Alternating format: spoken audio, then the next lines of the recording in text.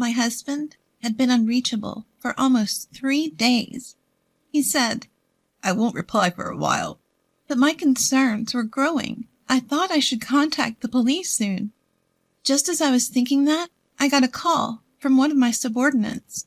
"Ma'am, your husband passed away in an accident." Huh? Why did she call me? I couldn't think about that right now. I hurried to the hospital.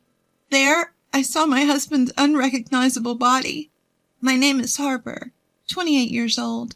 I got married 2 years ago and live with my husband while working at an IT company. We want to have children someday, but not yet. My husband's name is Christopher, 2 years older than me. He is very dedicated to his job. Just the other day, there was talk of him getting a promotion. That day, as soon as he got home from work, he happily rushed up to me. "Harper, listen. I might get a position soon." "Really? That's amazing." "Yeah, I'm so happy. It's been tough, but I'm glad I worked hard." "Christopher, you've been working so much on your days off. I'm really happy for you. Congratulations." Yes, my husband was so dedicated to his job that he gave up his days off to work. He often worked late and came home just before the date changed. I worried about his heavy workload at times, but finally it paid off. Seeing my husband so happy made me feel happy too. I can't lose either, I thought. I'll try harder too.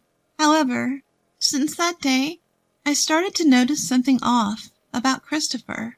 His overtime increased even more, and he wouldn't come home until after midnight. His weekend work, which used to be only a few times a month, gradually increased. And last month, he went to work, even on Saturdays. Not only that, but I felt his attitude towards me had become somewhat cold. We used to go out on our days off, but that stopped recently. Isn't that strange? Why doesn't he seem at all tired, despite working so hard? Concerned, I decided to suddenly ask my husband about it. I waited for him to come home late from work and brought up the conversation. "Hey, Christopher, can I talk to you for a minute?" "What? I'm tired and want to sleep." "Lately, you're always on your phone before bed.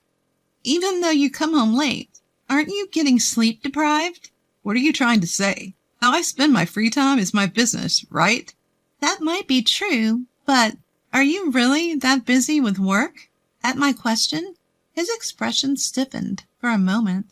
Not missing that, I pressed him further.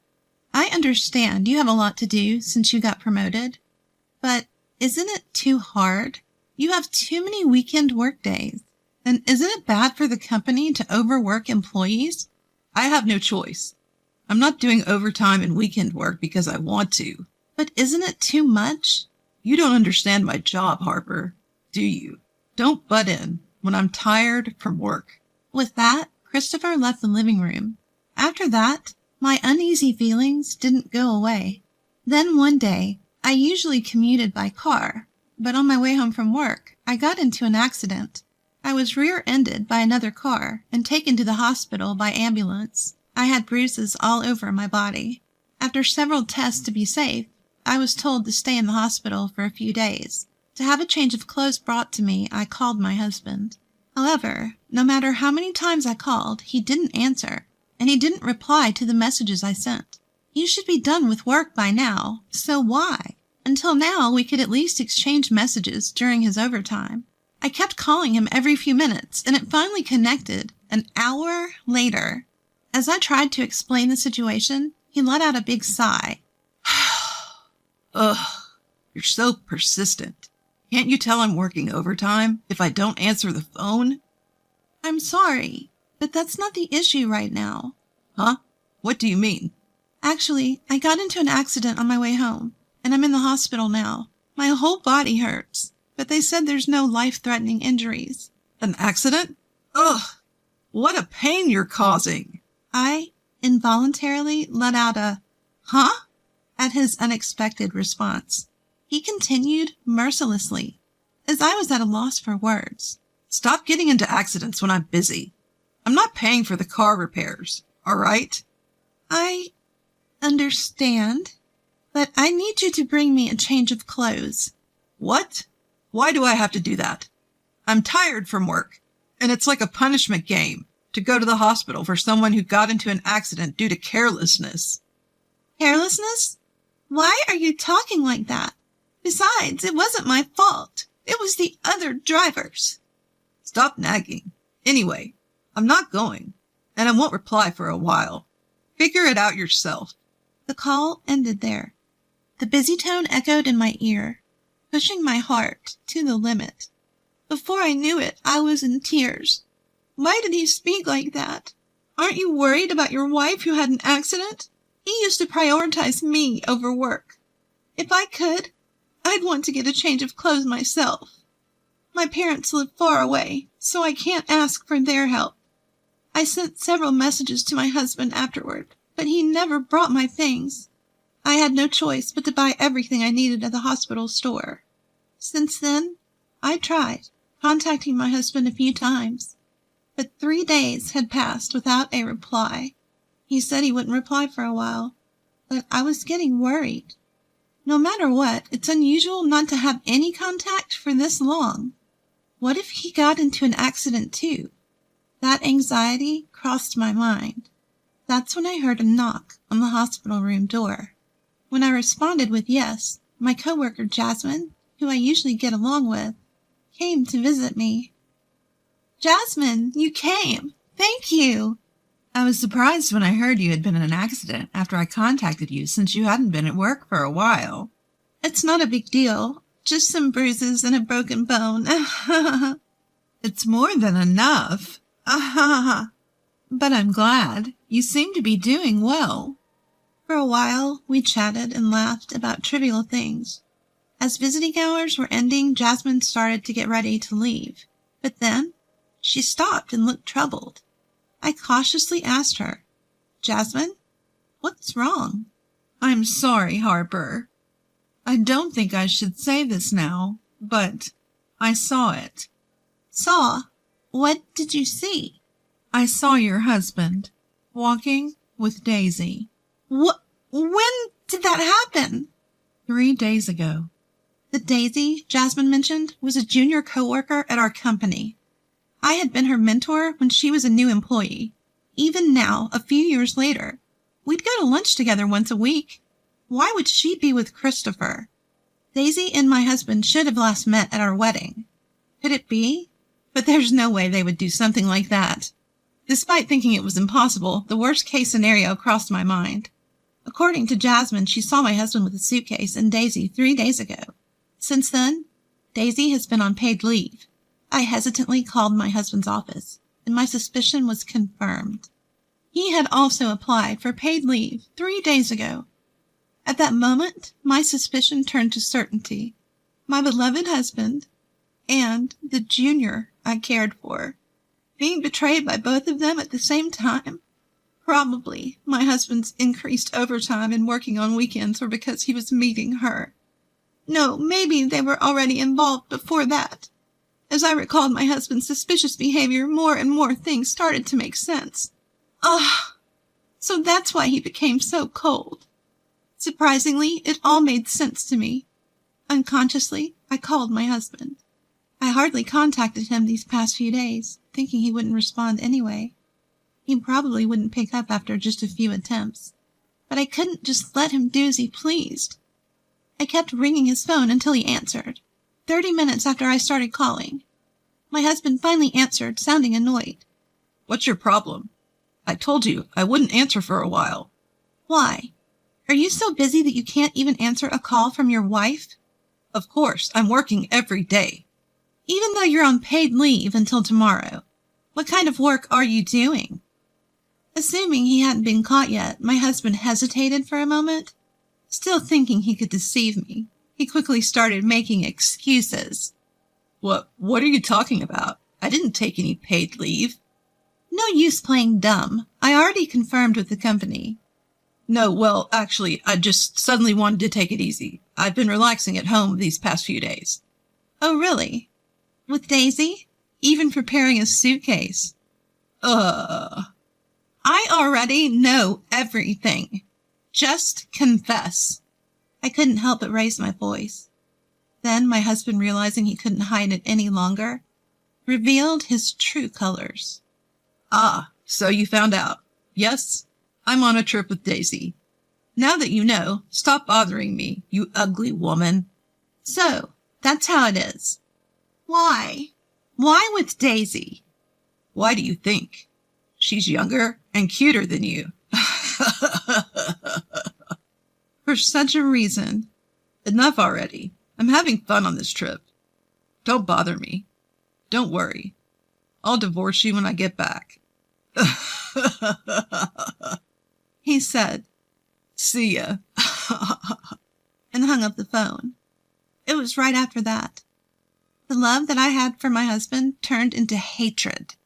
In an instant. I can't forgive him. To be betrayed in such a terrible way? I won't let them have their way. I'll definitely send them to hell. That's when I decided to take revenge on them. But before I could take matters into my own hands, divine punishment would come to them. The next day I was discharged from the hospital and started to regain some mobility. To prepare for my revenge, I opened my smartphone to search for a lawyer's office. Just then my phone rang. Daisy's name appeared on the screen. My husband's affair partner? Surprised for a moment, but I couldn't run away now. I gathered my courage and answered the call. Hello? Harper? Ma'am? I'm sorry. I'm so sorry. Isn't it common sense to apologize in person? Yes, you're right. But that's not the point right now. Huh? Daisy's voice was somewhat shaky.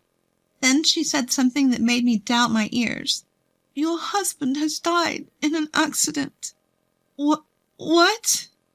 I was so shocked that I couldn't find the right words. Confused, I barely managed to respond to Daisy. He's dead? What are you talking about? Christopher is on a cheating trip with you, isn't he? Yes, that's true. But on the way home, Christopher got caught in an accident. According to Daisy's story, it seems the two of them were in an accident on their way home from the airport. Christopher was hit by a car, and although an ambulance was called right away, he didn't move a muscle. To my surprise, the hospital Christopher was taken to was the same one I was staying at. I quickly hung up the phone, explained the situation to the nurse, and headed to my husband's side. I had to move using crutches, as my broken bone hadn't fully healed. Since I heard he had died, I assumed I'd be taken to a morgue or something, but, incredibly, Christopher was still alive. However, he was seriously injured. Just after I arrived, a breathless Daisy rushed in. Seeing Christopher lying in the bed, she collapsed on the spot when she realized he was still alive. I had a lot to say, but unfortunately Christopher was in critical condition. I told Daisy we'd talk later, and we each went home that day. Days later, Christopher barely pulled through, but the accident left him paralyzed from the waist down, forcing him into a wheelchair. My in-laws were furious when they found out about the affair trip. Although they must have felt something, seeing their challenged son, they scolded him clearly, saying, You brought this on yourself by having an affair. After my in-law left, I called Daisy and decided to have a talk with her and my husband. When I arrived at my husband's hospital room, they were having a loud argument. If you hadn't pushed me that time, none of this would have happened. It's all your fault. What? You're the one who wanted to take that route. Don't blame me. What did you say? In the first place, this happened because you wanted to go on a trip. I paid for everything. Give me my money back. Pay for the treatment, you lousy woman. You hurt the man you love, so you should pay, right? Don't be ridiculous. Who would get serious with a guy like you? This was just a fling. I'll never see you again. What? The two of them carried on their unbearable argument, apparently not realizing I was there. I couldn't take it anymore. I forcibly opened the door to the hospital room, took a deep breath, and shouted at them. Enough! It's because you had an affair in the first place that this happened. Take your blame game somewhere else. Harper. Ma'am. Finally realizing I was there, Their faces quickly stiffened. Ignoring their confusion, I continued. How can you still argue in a situation like this? Do you even understand the situation you're in now? Christopher was the first to answer that question. Harper, don't worry. I'm breaking up with this stupid woman. So? So I realized that it's always been you for me, Harper. What are you saying now? We're getting divorced, right? What? I couldn't help but burst into laughter at my husband's dumbfounded expression. Didn't you say it? When I get home, we'll get a divorce. Or what? Now that you've fought with your affair partner, you want to stay married to me. Are you an idiot? There's no way I'd spend my life with a piece of trash like you. Harper, why? Didn't you love me? Don't mess with me. Who betrayed that love first? It was you. After all that talk about getting a divorce, you want to get back together when it's convenient for you? I'm not as cheap as you think. If you understand that, never show up in front of me again. Keep regretting this for the rest of your life, you jerk. My husband was stunned by my yelling. Daisy was pale and trembling. Later, I was discharged from the hospital and decided to stay at my parents' house for a while. After that, my divorce from Christopher was finalized through a lawyer. I demanded alimony from him and Daisy, which they paid in full. Christopher was fired from his job due to this incident. It turned out he'd been using company money for their affair. Adding to his paralysis, he was easily dismissed. All that remained for him was a claim for damages from the company. Finding a new job with his condition would probably be difficult. It didn't take long for word of Daisy's affair with my husband to spread throughout the company.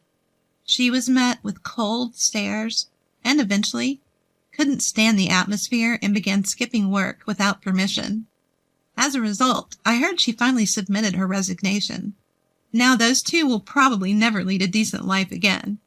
Even so, I don't feel sorry for them. This is a disaster they brought upon themselves. As for me, I rented an apartment near my workplace and started a new life. Many colleagues show concern or curiosity, but honestly, my feelings are mixed, and I can't describe how I feel. But such trivial rumors will probably die down soon. Now, I want to enjoy my life without being swayed by others.